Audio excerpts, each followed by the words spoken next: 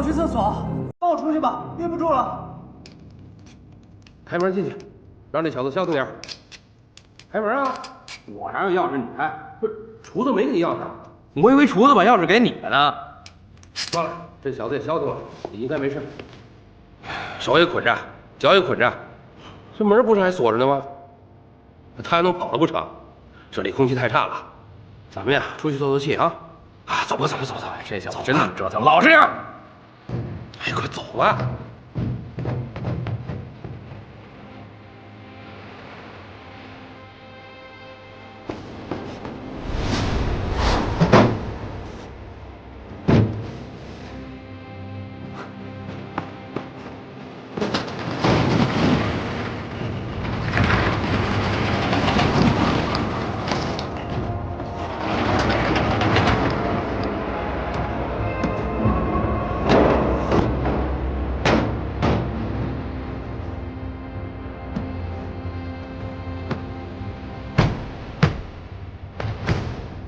马有芳黑色奥迪的行动轨迹我们已经查出来了，是3天前从余江市经清江高速开到青城的，之前一直停在光华路附近的一家商城的地下停车场。今天上午9点13分的时候，被红姐犯罪集团的成员于田开到光华路辅路上，然后就是固定时间段经过隧道的车辆排查。马有芳的车上应该是有干扰器，导致监控信号中断。我们无法判断马有芳的车辆大概在哪个路段停留，只能靠我们大致的推测，有可能将庄文杰转移的车辆有11辆。我们的人现在还在交通队那边细查这些车辆的行动轨迹。至于李安福那边，我们盯了1天了，他好像待在酒店里，一直都没有出去过。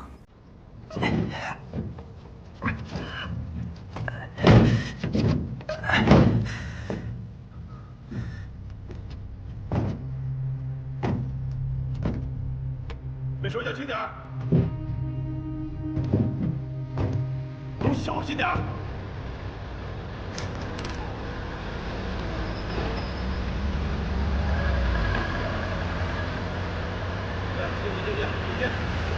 行了啊！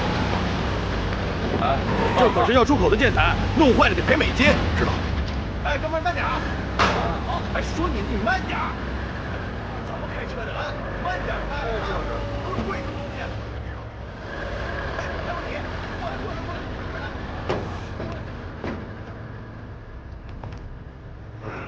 快来！给。这儿多清静。一会儿还得忙去。刚你忙完这会儿吧，哎，成天跟这帮傻帽待在一起，憋这仓库里，闹死我！你再看见李安福，先前入大酒店，泡妞就完成任务了。人家是先生那边派来跟咱婆子婆的，要不是他帮忙，咱们这趟买卖也没这么顺。你少抱怨2句。反正也最后一次了。啥意思啊？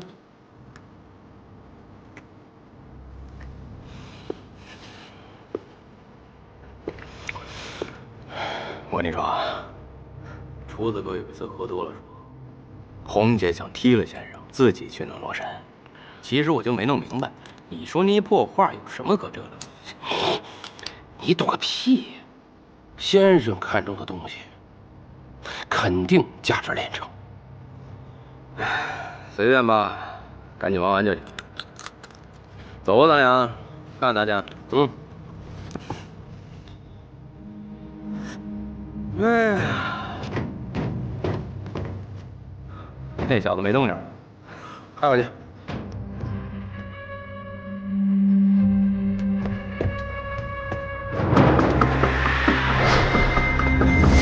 站住！里边人跑了！在那儿呢，快追！快！站住！站住！站住！站住！下面人，快下面的，别让他跑了！站住！别跑！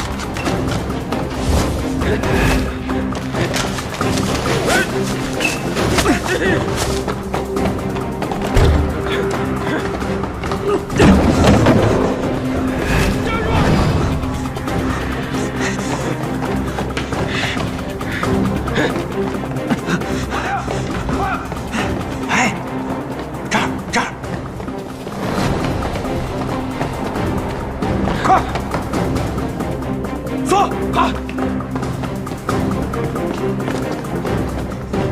谁？你到底是谁？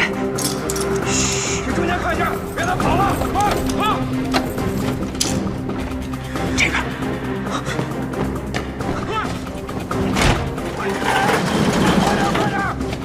快点，别让他跑了！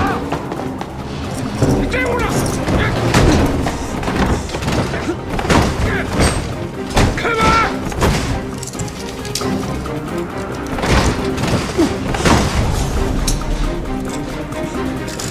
快点！后面快点！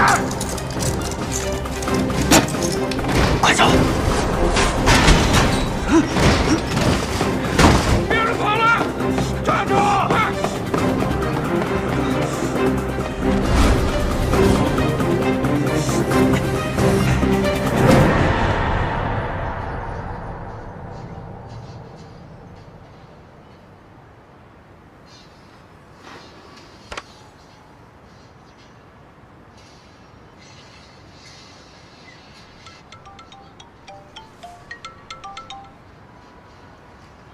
怎么了？你连个学生你都看不住吗？给我去找去，找不着我弄死你！红姐，周安杰跑了，现在怎么办？张文杰很有可能去找警察去了。叫李安福，提前行动。是。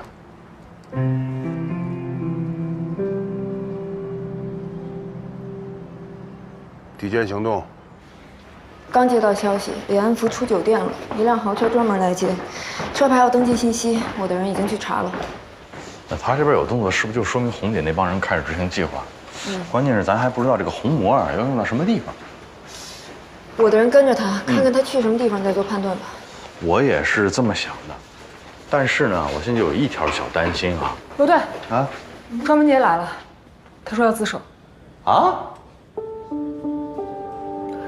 你说你被限制了自由，那你是怎么逃出来的？还有，红魔为什么在你手上？这些我都会交代清楚，但是现在时间紧急，红魔已经被红姐他们带着离开了。我现在担心的是，不管他们的计划是什么，他们很可能已经开始行动了。所以我们的当务之急是要搞清楚他们的目标。没错。你是来自首的，交代你的问题就好。也对。我是被戴着头套进去的，手机也被没收了，但是我逃出来的时候听到了汽笛声，出来之后呢，发现确实是在沿江的地方，我就往外跑，跑了大概有6、7分钟吧，中间还穿过了一个小树林，才到了有大马路的地方。然后我就拦了一辆出租车，出租车的司机告诉我说，那个叫四德码头仓库。你们可以去调查一下四德仓库的租用信息。哦，对了，我在里边的时候还听见红姐他们手下的对话，说是跟一个叫先生的人在合作。这个人，你们也可以调查一下。我们怎么调查不用你提醒。除了这些，还有什么要交代的？苏队，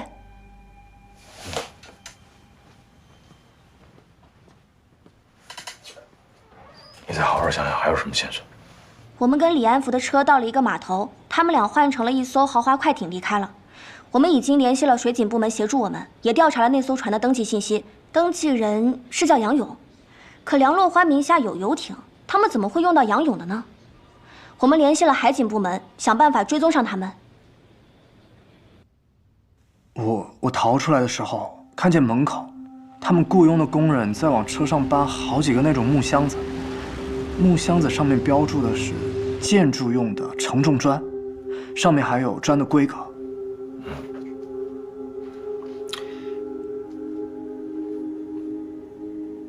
砖。查一下梁洛欢跟杨勇的社会关系，要快，有消息直接发我手机上，快去。是。怎么了？有一个新闻，不知道你看过没有？说有一伙盗墓的，把这个棺椁上面的浮雕啊都给切割了，然后用那种空心材质的东西给搬出来了。到了墓地里之后呢，再整体复原。他刚才说，他看见四德码头上工人运的是砖。如果要是空心砖，这帮人会不会就这么干？现在的关键是运输渠道，我猜红魔一定跟渠道有关。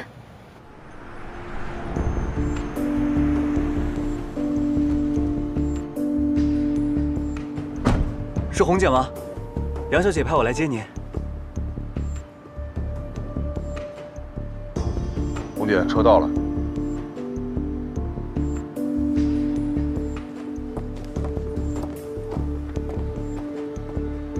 您请。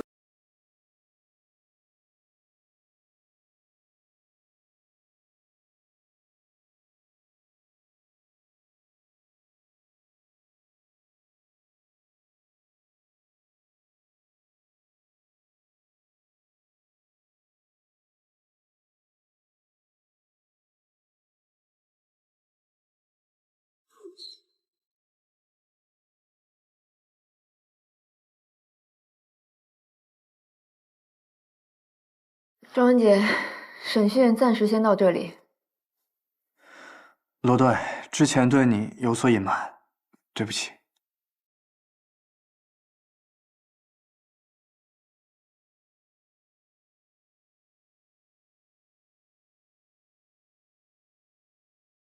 我的人刚刚查到，梁洛欢的父亲有一个至交叫杨勇，杨勇夫妻没有孩子，就把梁洛欢当做自己女儿。杨勇怎么听这么耳熟啊？杨勇是你们青城市的船王。对啊，他名下10万吨级排水量的船有3艘呢。所以说，李安福在这个时候接近梁洛欢的目的，那有可能就是想让船王帮他运送这个建筑材料。啊，那得赶紧通知队里查杨勇公司今天出港的船只。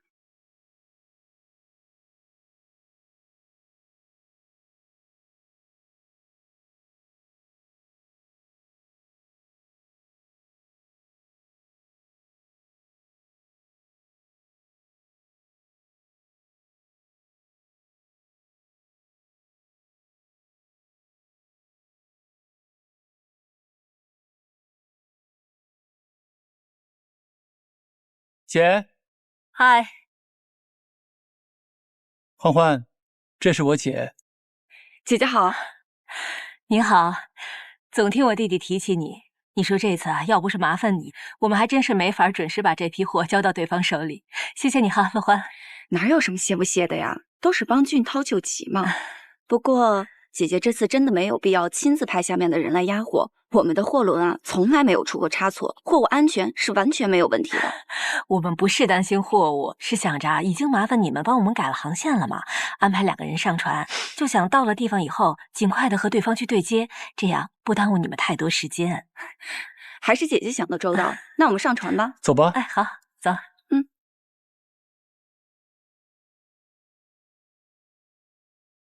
2位里面请，这边是你们的房间。里面有电话，有什么问题可以随时联系我，我就不打扰2位休息了。好，谢谢。不客气。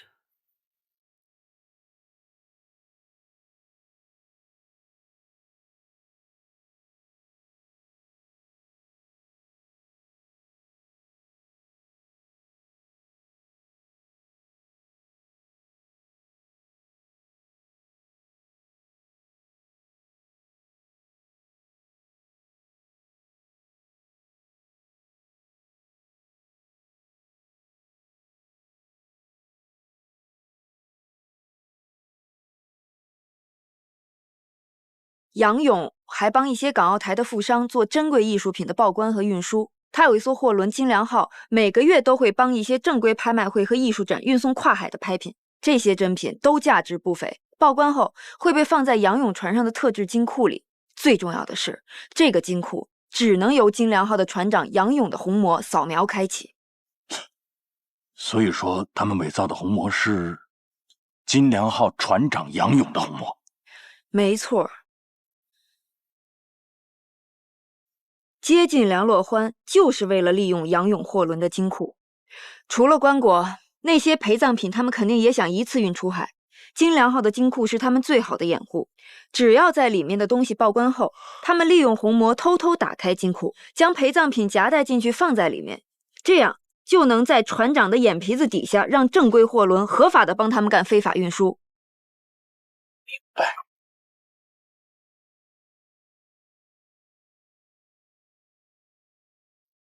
罗月，故障灯怎么亮了？不应该啊。来看看。9034，怎么回事？走去看看。是。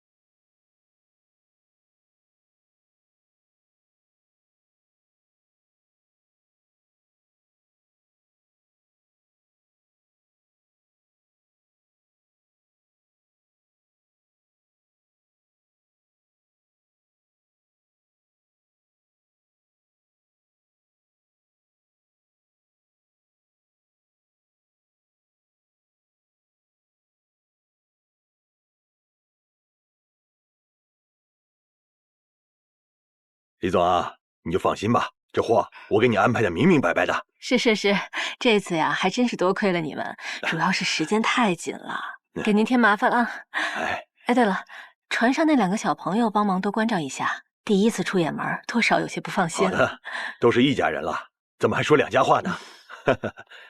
哎，你们2个什么时候结婚呢？让我这个做叔叔的早点喝上喜酒。杨叔叔，您说什么呢？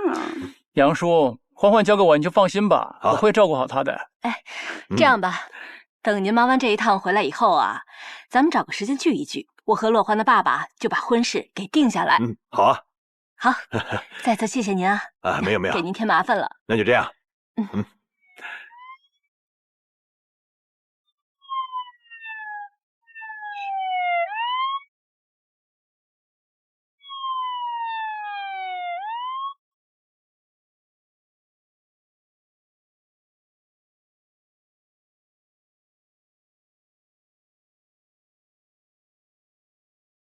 别动！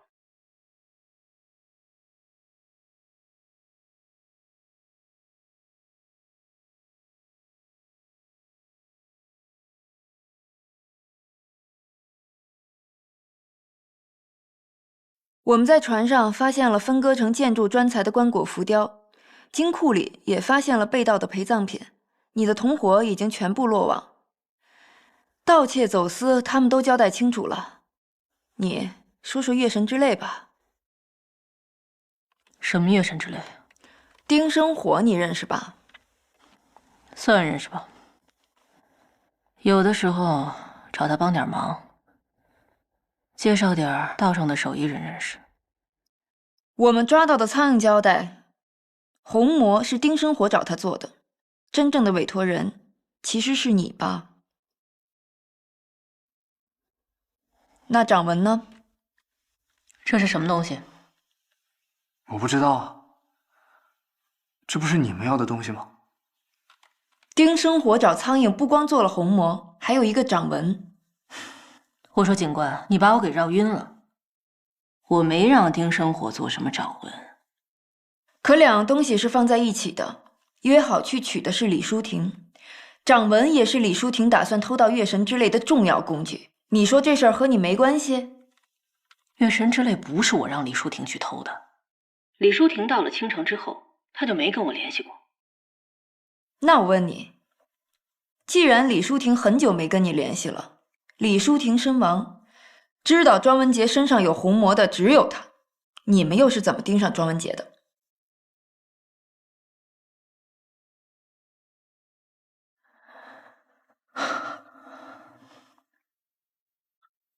我明白了。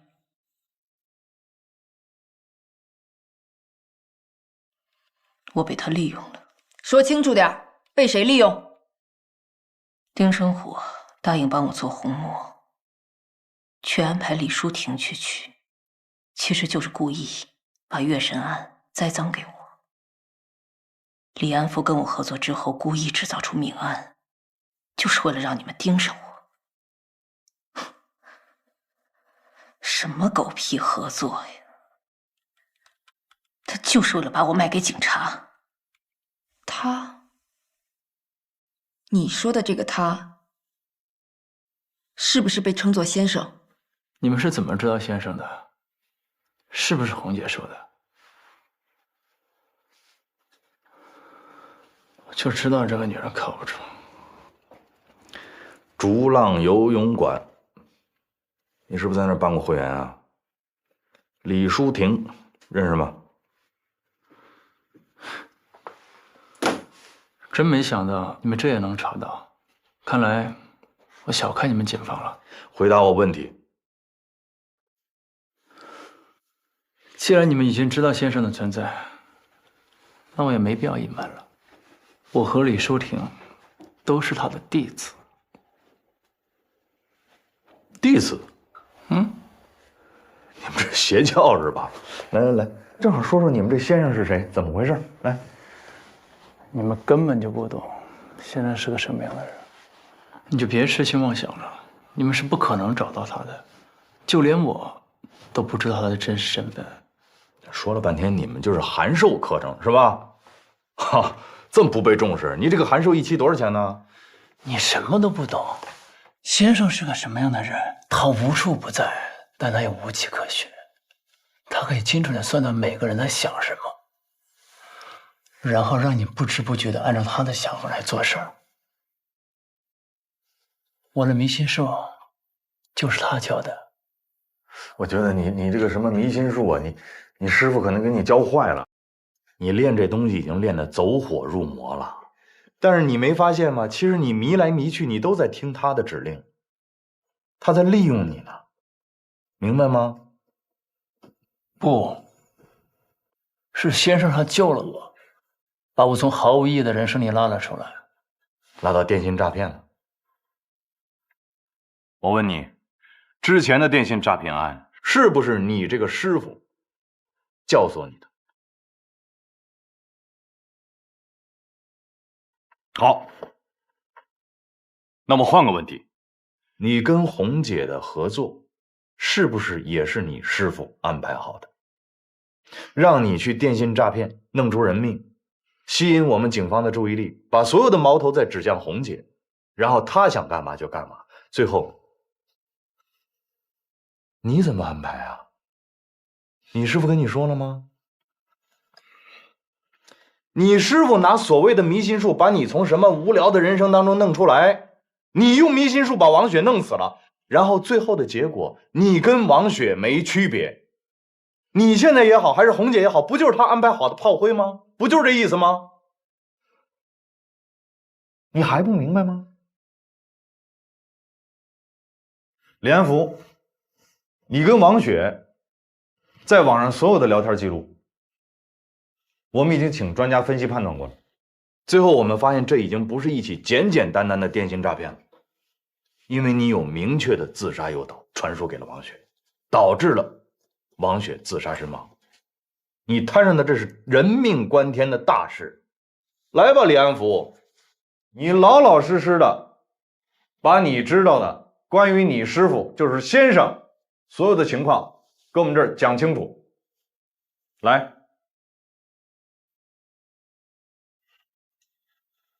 快点！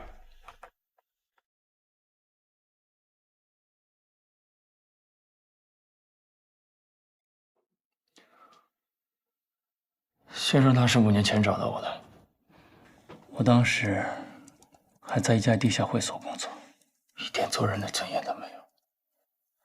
直到我碰到了先生。走私做这么大，我向来都是很谨慎的。我的电脑里装的都是企业级的高级防火墙，可偏偏就是这个 IP 的来源，我根本查不到。更可怕的是，他还可以随时随地、毫无征兆的把视频电话打进来。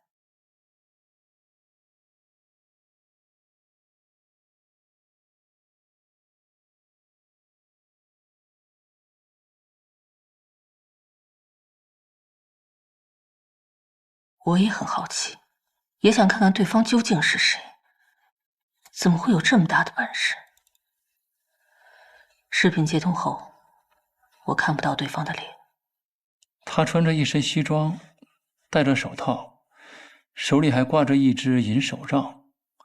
他跟我说，他观察我很久了，说我身上有一种异于常人的天赋和潜质，他想帮助我。我对这种来路不明的、神神秘秘的人，绝不会相信他说的任何一句话。我想把视频关了，可是根本就关不掉。视频里的先生告诉我一个重要的信息。他教我的这些让我屡试不爽。以前的那些女人对我招之即来，挥之即去，现在都变成了被我随心所欲操纵的木偶。虽然从没见过，但好几次他都帮我化险为夷，我就彻底相信先生他是真的想要和我合作。我很感激先生，是他让我找回了做人的尊严，所以他让我做什么，我都会想尽一切办法去做。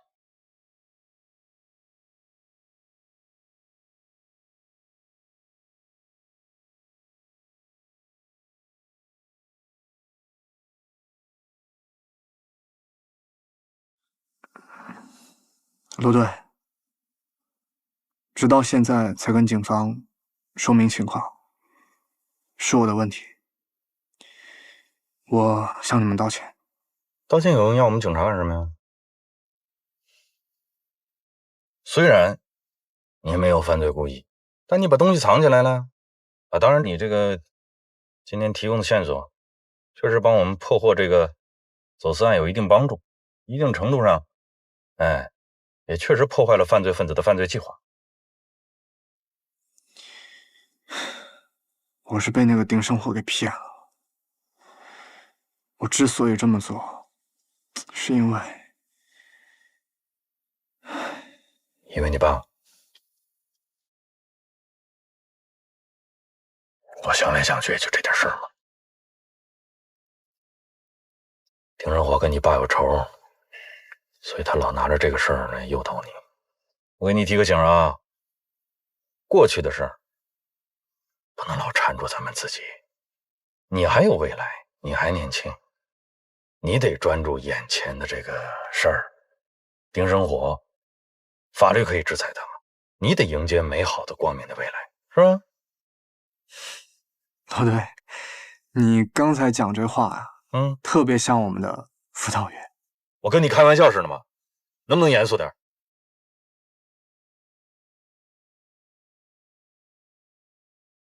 电话。哎，我再跟你确认一下，你这回没什么事瞒着我了吧？没有了。这样你也不敢。谢谢罗队。红魔这事儿过去了，也没人愿意盯着你了。当学生你就得有个学生样，是吧？你在学校你得好好读书，毕了业以后认真工作，天经地义的事嘛，对不对？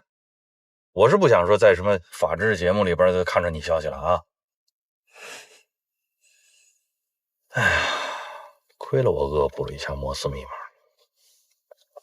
你就说今天你留那东西，谁能看出来？也就我了。哼，以后这事儿也瞒不了我。哎呀，其实摩斯密码不太适合用来传递中文。还有那种用一长串数字代表手机9宫格键盘来给中文编码。罗队，我觉得你应该都学学。哎，行了，光摩斯密码就让我头大了。你们现在法律专业知识学这么杂吗？我们那时候比你们还杂呢。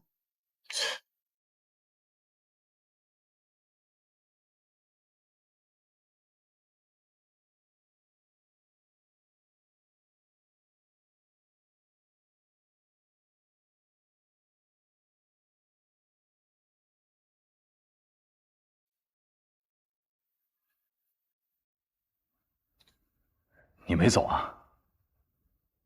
恭喜恭喜！红姐的文物走私案和李安福的电信诈骗案，今天算是全部搞破了。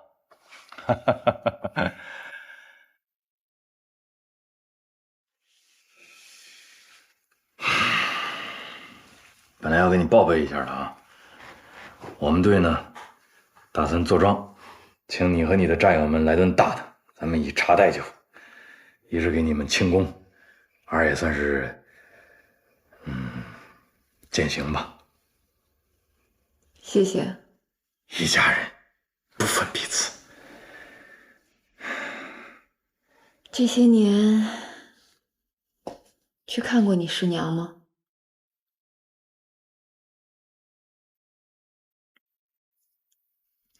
是，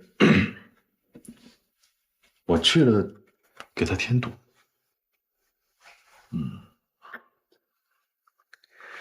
哎呀，你们这一走也不知道什么时候能回来啊！要是想我们呢，这个就过来看看。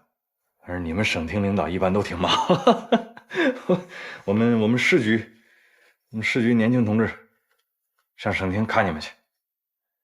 青城还真是个好地方。金山银山，人杰地灵，舍不得走了吧？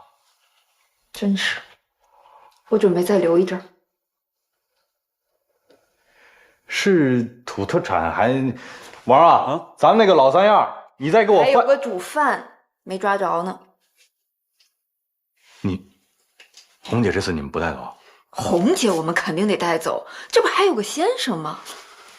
先生是我们这批人的主犯，红姐才是你们最终目标。是，之前红姐确实是我的主犯，但是咱们查案子摸着摸着把先生给摸出来了。你是在这一亩三分地儿摸的呀？你不能说你这摸出来成你们成果，你打包带走，那我们怎么办啊？刚才还说一家人不分彼此呢。是一家人，是不分彼此，但是不能这么分，谁的案子谁来查，谁的主犯谁来抓。一家人你不能切案子玩啊！咋了这是？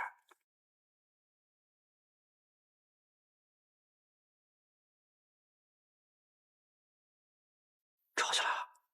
没事儿没事儿。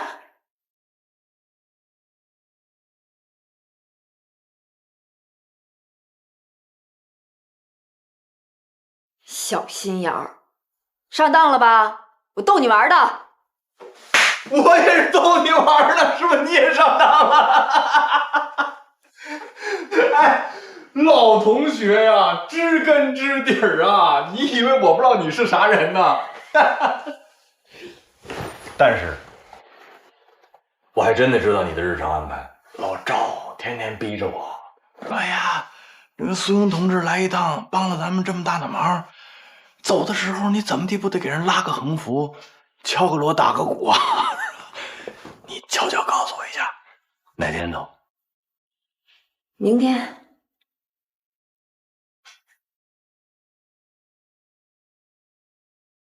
突然又这么着急，怎么了？啊，就不能多待2天？真不拿我们这儿当家呀？多待2天也行，听你的，那我就多待2天。哎呀，可是我多待2天干什么呢？也是，要不我留下来协助你吧？别，你协来协去就成了我们又协助你了，你别来这套。就算我想协助你，也得领导同意啊！我到现在都没跟省厅汇报呢。麻烦你，千万别按照你脑子里边这个邪恶的、危险的想法这个方向去向领导做汇报。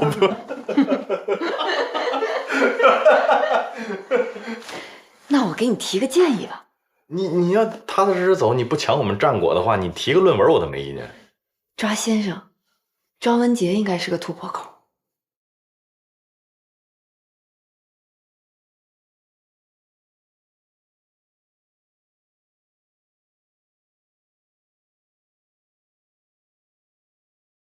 哦，要修表啊，明天赶早啊，也打烊了。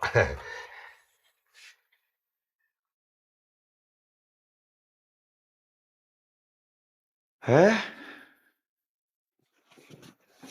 年轻人，你想干什么？今天在四德仓库救我的人是你吧？救人？哎呦，你也看见了，我只是个修表的，什么救人不救人的？你拿我的东西干什么呀？这东西很眼熟啊。那边找找，别他跑了，快跑！连工具还没收呢。看来今天那件黑色风衣应该也放在店里面的吧？要不我去找找。你是怎么认出我的？上次我来过你这儿，你听声辨锁和用钩针的手法，跟今天在四德仓库的那个人一模一样。还有，你这家店以前是我家的老宅，天底下没有那么巧的事儿，你跟我肯定有什么关系。人家找你惹你了，一天到晚撵人不放，干嘛呢？那为什么最近发生这么多案子都跟他有关系？丁生火、李淑婷、李安福、红姐，包括那个死者王雪，都是和庄文杰有关的人，太巧了吧？我真不信。你就是压根儿不相信我看人的角度和眼光。你这一点我还真从来没怀疑过。但咱们是警察，警察办案子不能光靠直觉，始终保持怀疑，才能发现别人发现不了的线索，才能查明案情的真相。我大学4年白念了是吗？罗坚，你是我师哥，我说什么你能不明白吗？就算我什么都不说，你心里也跟明镜似的，在这儿跟我揣着明白装糊涂。包括你师娘那事儿，你觉得你是去看他给他添堵啊，还是不去看他给他添堵？12年了，罗坚，你想什么呢？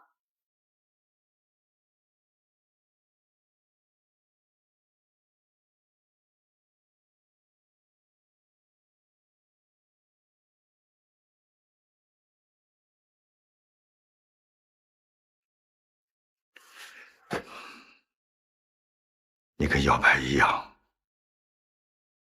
脑子好，眼睛毒啊！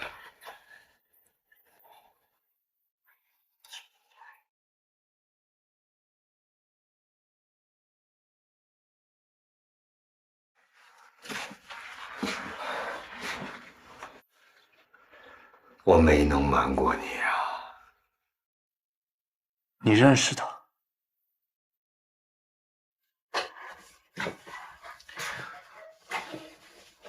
我姓许，叫许正清，跟你父亲是同门师兄弟。如果按照辈分来讲，你应该叫我一声大伯。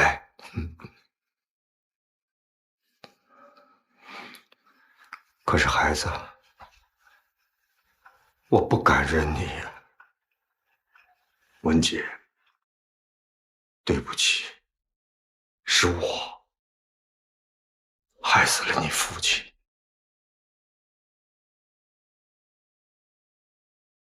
你说是你害了他，为什么这么说？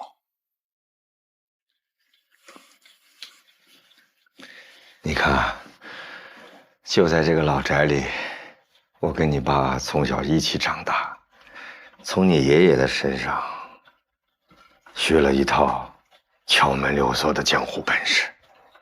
我们俩就在社会上闯荡。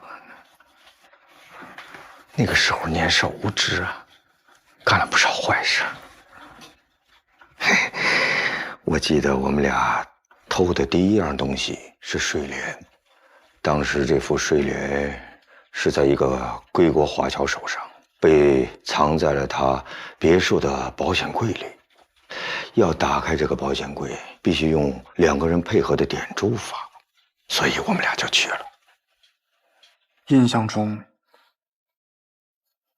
我小时候没见过你。我跟你父亲合作到了98年底，那个时候，他遇见了你母亲。他告诉我，他不想干了，他想过安稳日子。再后来，就有了你。那期间，虽然知道彼此的消息，但是从来没见过面。直到了12年前，也就是2007年。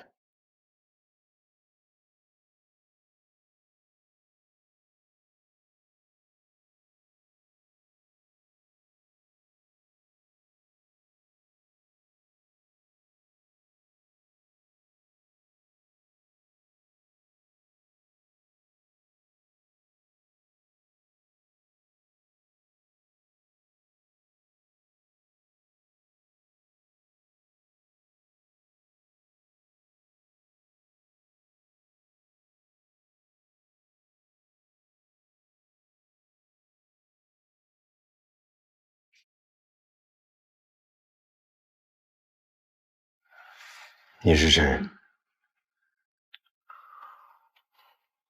丁生火，你的同行。你怎么找到这儿来了？你散货的那个夏家，是我的老熟人。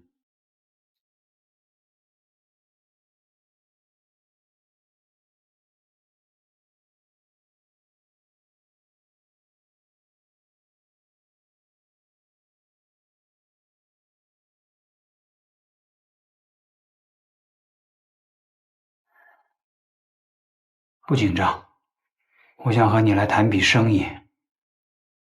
坐。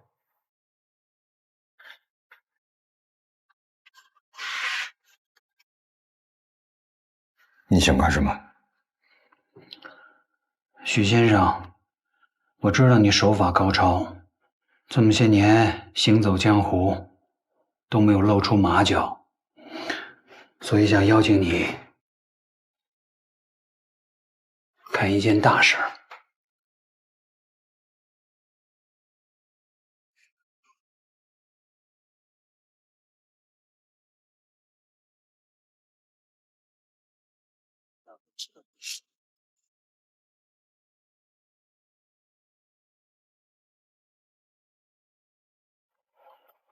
洛神，没错，就是这幅周访的洛神。这幅画上周就运来了青城，将在青城博物馆里展览1个月。每天展览结束之后呢，会运回茶园金库进行保存。要是想在路上和博物馆里动手，几乎不可能，只能在金库上想办法。你想在茶园金库动手？不可能。据我了解，茶园金库是每天至少10人以上的保安密度，这样的难度，你觉得我能搞定啊？放心，我会解决外围的安保。我需要你做的就是10分钟之内打开金库的3把锁。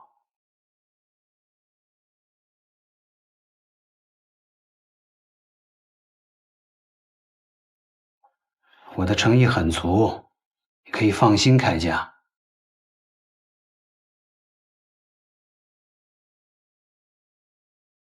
丁生火找的不是你吗？怎么到最后跟他一块偷的是我父亲？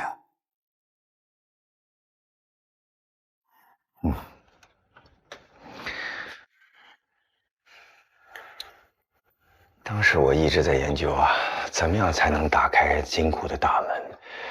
我研究来研究去，我觉得我做不到。想来想去，你父亲可以，我就把你父亲推荐给了丁生火。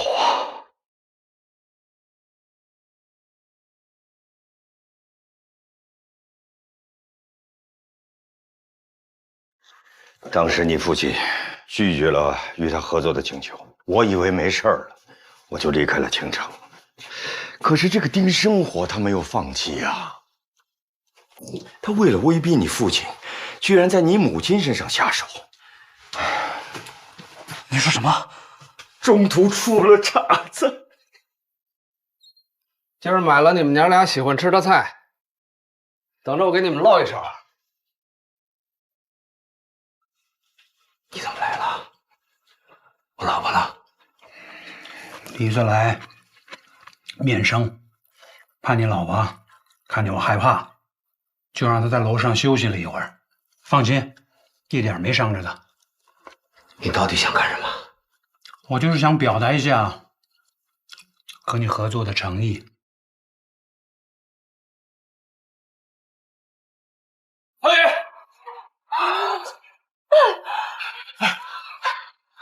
小月，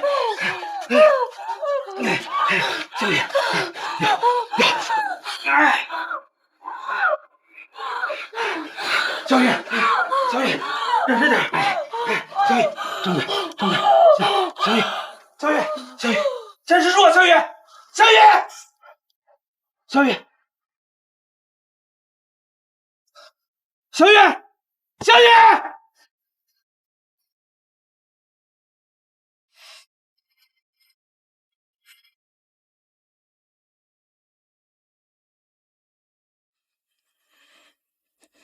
所以我母亲是因为这件事情才去世的，而不是因为她生了病才。你当时在学校，所以你不知道。爸爸妈妈什么时候回来啊？妈妈可能还需要再检查一段时间，别着急啊，赶紧睡吧。那我乖乖等妈妈回来，不要骗我哦。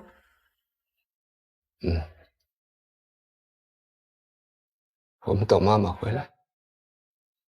患者是因为支气管痉挛引起并发症，导致心跳突然停止。我们已经努力抢救过了，但是很遗憾。你老婆已经这样了，不相信你儿子？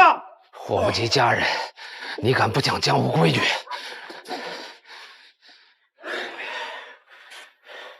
什么年代了啊？谈什么江湖规矩？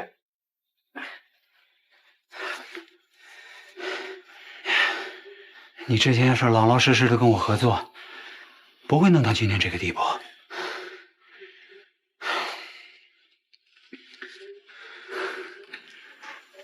最后再给你一次机会，帮我弄到洛神，你拿上钱，和你儿子踏踏实实的过上下半辈子。你老婆的事儿呢，确实是个意外，我也不想搞成这样。这钱我给你加100万，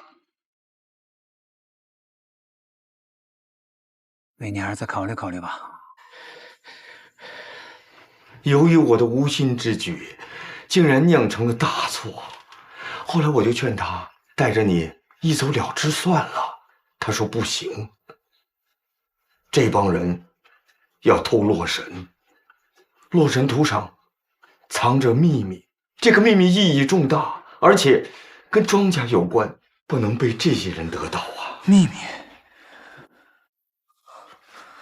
什么秘密？要白他没有细说，我也不好问呢。他只是说这帮人势力很大，逃到哪儿都不是个办法。我隐隐的觉得，他好像是预感到了什么。观众朋友们2007年6月12号，我在电视上看到了洛神被窃，以及你爸爸开车坠江的消息。随即撞向路边的护栏，导致护栏破裂。该车也因为惯性的作用坠入江中。据悉，驾驶人为612洛神盗窃案的重点嫌疑人。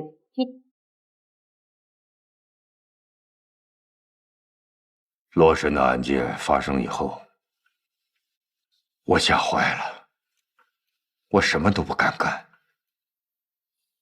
我想过要把你带走，没想到警察来了，我不敢暴露身份，只能暗中盯着你，怕那些人对你不利。后来你被安排到福利院，看到你一切平安，我就放心了。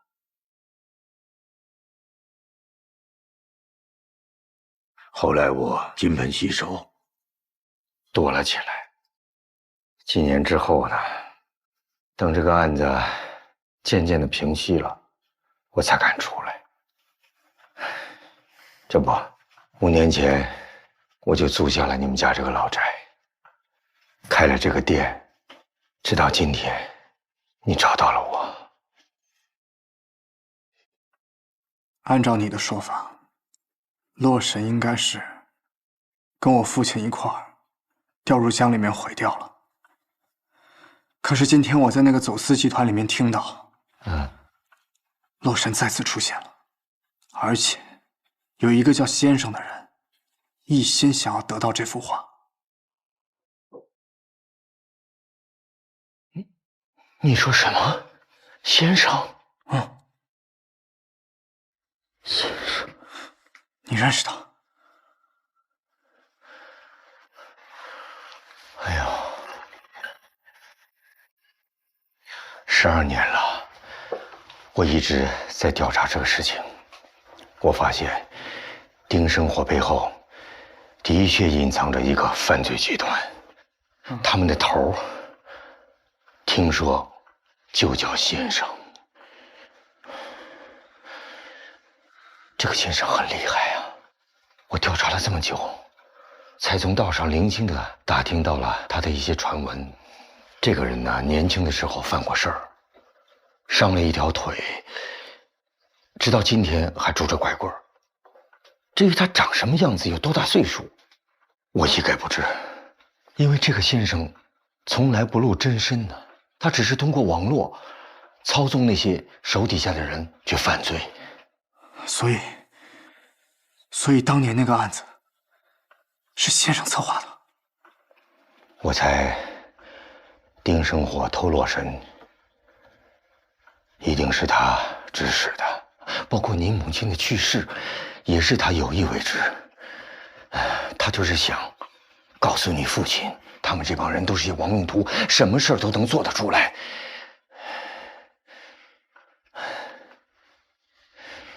这样想，我以前调查的情况就都对上了。什么情况？哎呀，大概在半年前，我认识的一个鉴定高手，他悄悄地告诉我，他接触过洛神。那个鉴定师叫长乐，他表面上是古玩店的老板，实际上是黑市里鉴定字画的高手。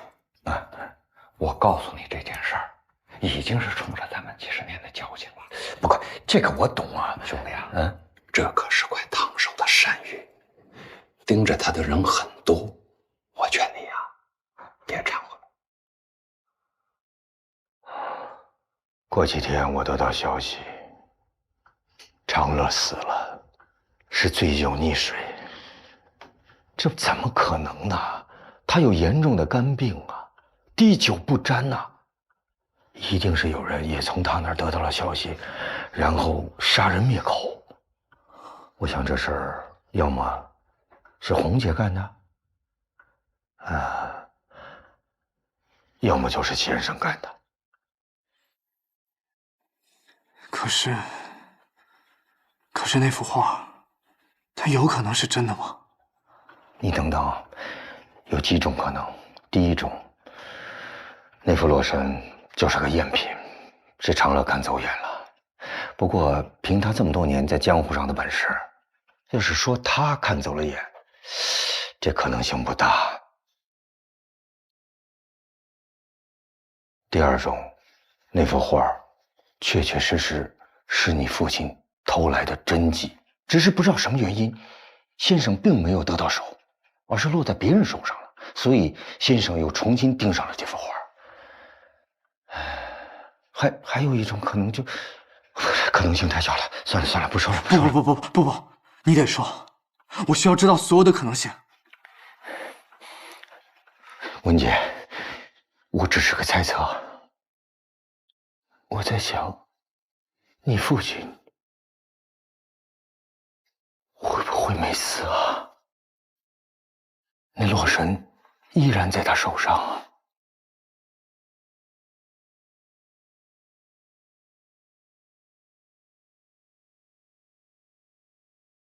这12年来，我一直在猜测，你父亲会不会没死啊？可是，我不相信一个父亲会这么狠心呐！12年来，居然不想见他的。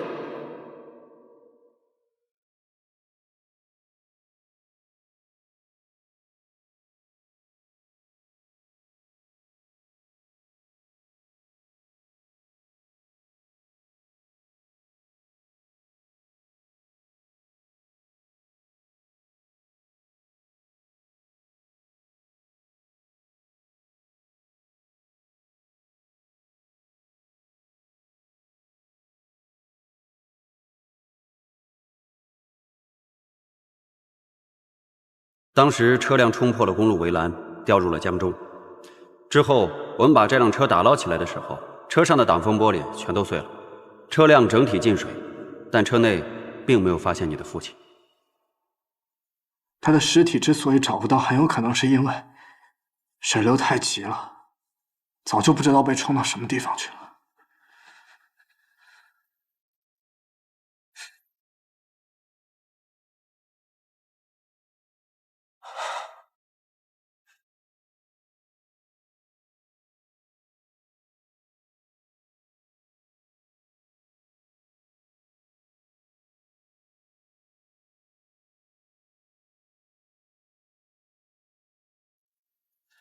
这次案件的侦破呀，离不开2位的精诚合作。苏云同志，我们得感谢省厅对我们的支持和帮助啊。没错，没错。哪里？也是因为您全力支持我们工作，才有了这样的成果。哎呦，我当然了，这次行动也离不开罗队长的理解和配合，谢谢啊。您别那么讲，我其实主要关心他这个日程方面的。对了，赵局，我正要跟您汇报呢。我暂时不走了。定了。定了。是这样啊，赵局，红姐这帮文物走私犯的案子虽然查明白了，但是他们背后有一个更为隐蔽的犯罪团伙在操纵这一切。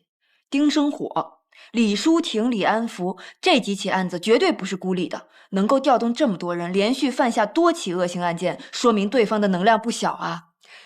我已经将案情上报给了省厅，领导们高度重视，特批我在青城市留驻工作，继续侦破案件。罗队，咱们可以继续合作了。高兴吗？好事儿，好事儿啊！苏云同志留下，那是大好事。我看你们俩在一起搭档是越来越默契了。赵局那我们接下来还得分析案情，就不影响您工作了。好，忙吧，你们忙啊。好啊。罗健到，你回来，我有话跟你说。你说。怎么样？进展的如何呀？您不看见了吗？红姐的事儿他领了，现在先生的事儿他也要插手了，这就进展。我是问你们俩的事儿进展的如何了？我们从同学到战友，再到现在上下级关系，情比金坚。装，就给我装是吧？装什么了？送枕头的事儿我早就听说了，你怎么那么八卦呀？我还听说你们原来一个警校的啊！你看，年龄差不多，这个形象也般配。他有我好看吗？你是不是从小没照过镜子？太伤人了吧！我还听说在警校的时候，他是不是就追求过你？我觉得呀，你们不应该只做市局的局长，你应该再兼一个民政局。这个臭小子！接下来我们开始这次刑侦专案的会议。今天呢，根据红姐和李安福提供的口供，我们可以得出还有一个犯罪组织存在，这个组织的首脑代号是先生。廖双，讲一下目前搜集到的这个先生的信息特征。好，先生这个身份呢，最早出现的时间可以追溯到10年前。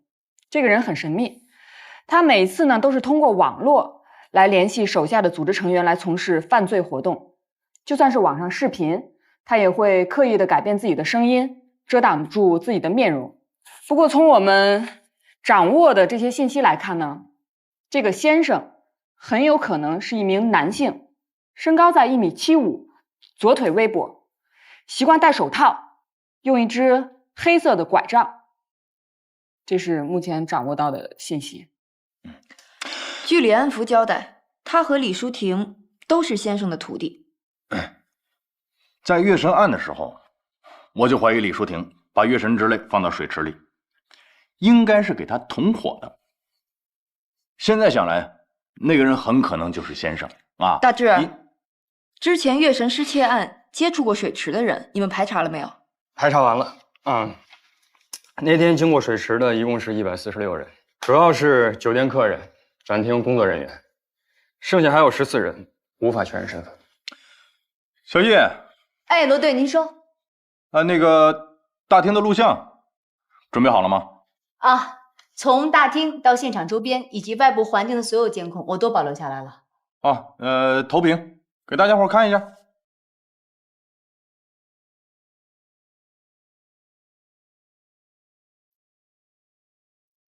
现在这个是大厅的监控。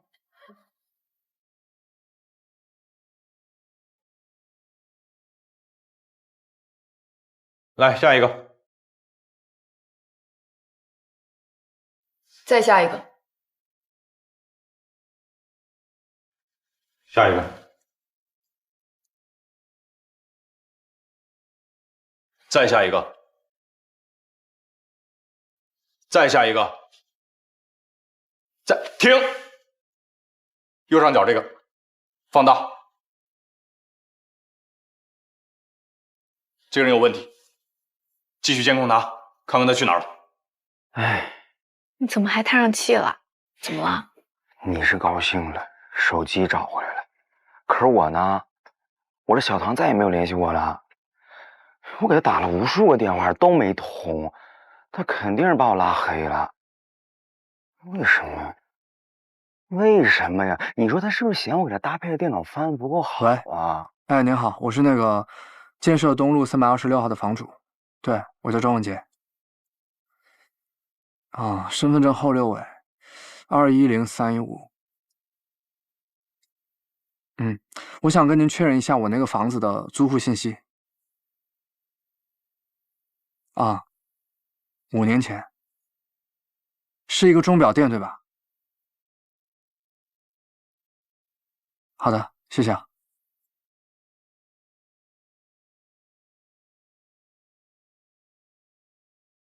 你最近没出什么事儿吧？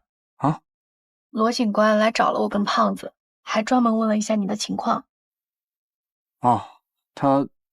他就是之前想拉我去公安局工作，估计做背调呢。不是吧，兄弟，你以后还真打算去做刑侦工作呀？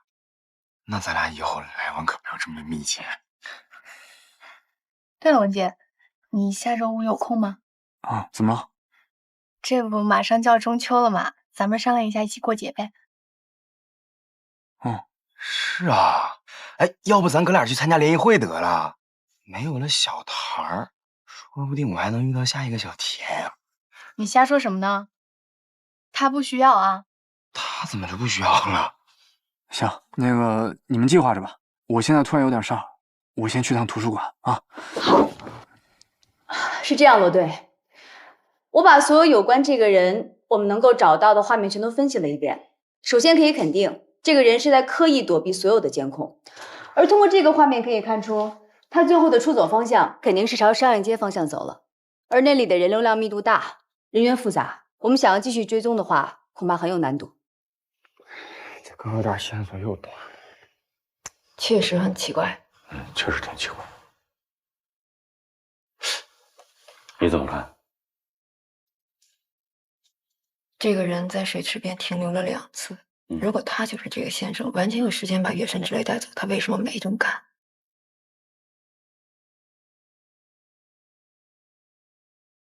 双到。联系一下温元正，告诉他，月神之泪还得再拿来一趟。小川，这边走。难得遇到你这么有灵性的孩子啊！我再强调一下啊，你要是哪一天不搞法律了，欢迎你来我这里啊。方老，您过奖了。我呢就是全凭兴趣。今天过来呢，主要是想跟您请教一下洛神图。好啊，就在这，来来来啊！哎呀，洛神图，唐代大画家周昉所绘，是卷本设色，以长卷形式，表现了洛神出水的盛况，同时呢，也展现了周围百姓的烦恼生活，实属难得的佳品啊！不过你现在看到的这幅啊，是根据以前拍摄的照片还原的现代的仿制品。那幅原作啊，12年前被人给偷了。要说起这幅画，也算是命运多舛。民国时期啊，它是南迁的文物。这些文物啊，有的呢就已经遗失了，有的呢艰难辗转保留了下来。洛神图就是其中的一件。当年护送这批文物的人几乎都牺牲了，这批文物呢也都给毁了。唯一的幸存者呢，也只保下了这件洛神图，交给了国家。你说，当年战火纷飞，都保下来了，可是几十年之后，竟然毁在了一个贼的手里，你说可惜不可惜？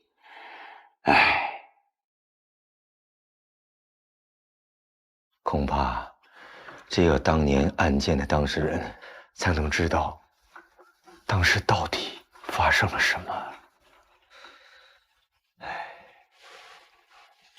这丁生我没法问呐。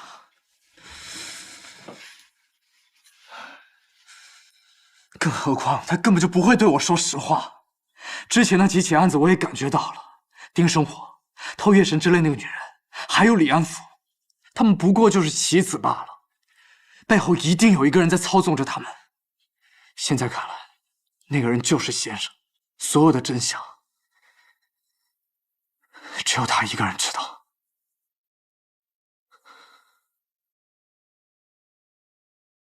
罗队，您看，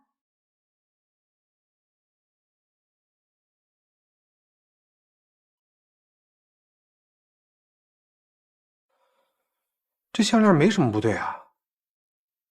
你等会儿，王上，停！怎么了？这是一个啥？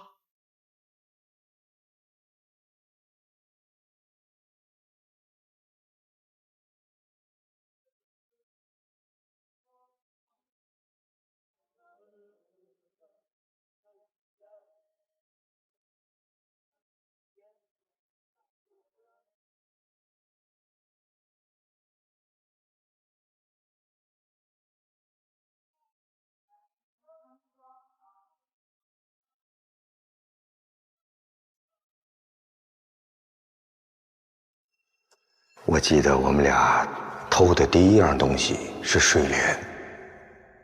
当时这副睡莲是在一个归国华侨手上，被藏在了他别墅的保险柜里。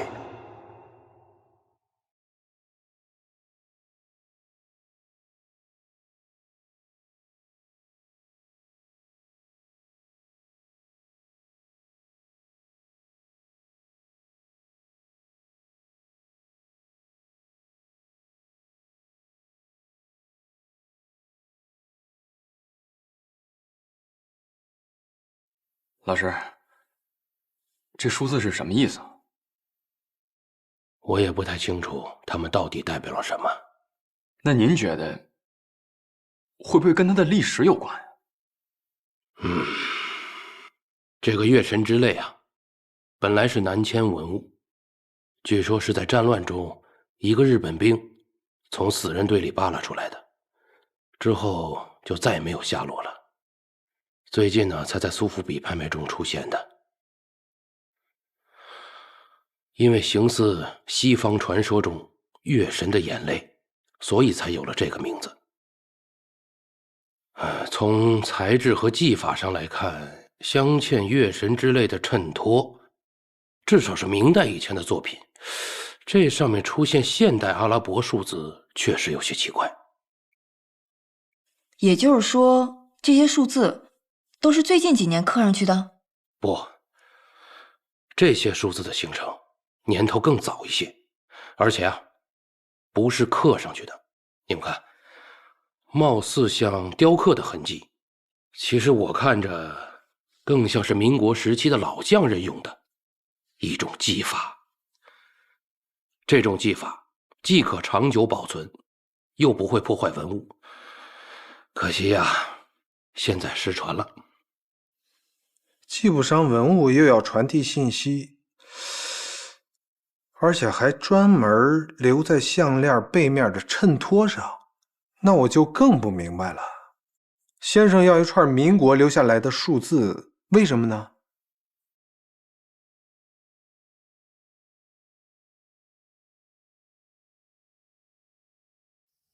那个鉴定师叫长乐，他表面上是古玩店的老板，实际上是黑市里鉴定字画的高手。长乐死了，是醉酒溺水，那怎么可能呢？他有严重的肝病啊，滴酒不沾呐。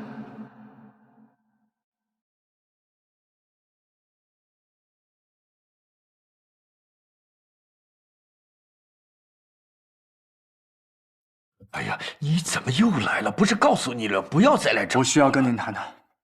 哎呀，你到底想干什么？我要找到先生。我已经跟你说了，那样很危险。我现在就不危险了吗？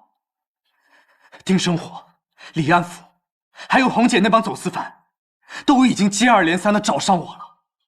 我爸生死不明，而且我妈也是他们害死的。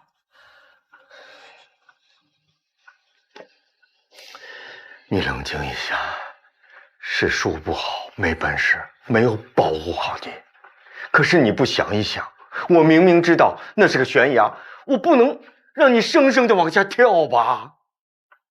与其一味的逃避退缩，不如主动出击。就算是万丈悬崖，我也愿意跳。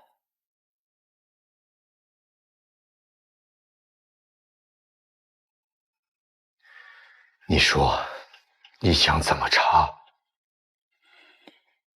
这些天，我一直在思考李安福的整个计划。从一开始，他的目标就不是王雪，而是我。他只是借王雪的死来引我入局，然后就让我们警方把所有的注意力集中在红姐这个走私集团的身上。实际上，他是借刀杀人。因为红姐也想要得到洛神，所以先生就故意把她暴露给警方，来铲除自己的竞争对手。不过现在这条线索已经断了，我们只知道先生要拿到洛神，但是洛神在哪儿，先生要怎么做，我们一概不知。那月神之泪呢？有没有什么可查的线索呀？月神之泪现在在我们的手上，我估计他们还不知道我们已经发现了月神之泪背后的这串数字，但是这串数字到底代表什么，其实我们自己还不清楚。那线索不是又断了吗？不，还有一个人，丁生火。这个人是串联起整个案件的关键人物。我推测，他不光知道月神之泪，还知道拿掌纹和红魔的事儿。所以他非常有可能知道先生的整个计划。不要忘了，他在第一个案子里做过什么？他先是用睡莲拉庄文杰入局，然后又去了廖德同的金库。你说丁生火，这丁生火可是个老油条，完全都不配合我们的调查的。想撬开他这嘴，太难了。没关系，我们只要反推他的行动，就能得到我们想要的信息。我亲眼目睹了丁生火偷取廖德同电脑里的资料，如果这个是先生计划里的一环，那么这个资料将十分重要。我们需要接触到廖德头，查清楚这个资料到底是什么。只有这样，我们才有可能知道先生下一步的行动。顺藤摸瓜，找到先生，查清我父亲死亡的真相。